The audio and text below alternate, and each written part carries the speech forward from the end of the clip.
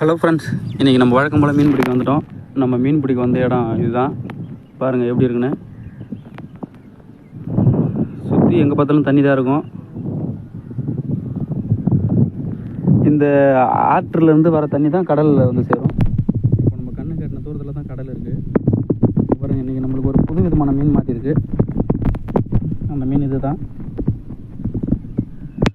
இங்கே பாருங்கள், சூரிய வெளிச்சத்தில் அப்படியே கண்ணாடி மாதிரி மின்னுதுங்க அந்த மீன்.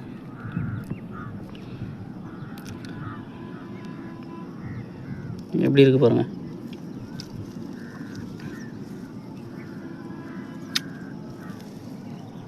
விட்டா எஸ்கேப் ஆகிடுவார் ஆள். அதனால் கரை ஓரத்தில் இருக்கிற பில்லு தண்ணியில் போட்டு வச்சுருக்கோம். இன்றைக்கி நம்ம பிடிச்ச மீன் ஓரா மடவை. Okay bye.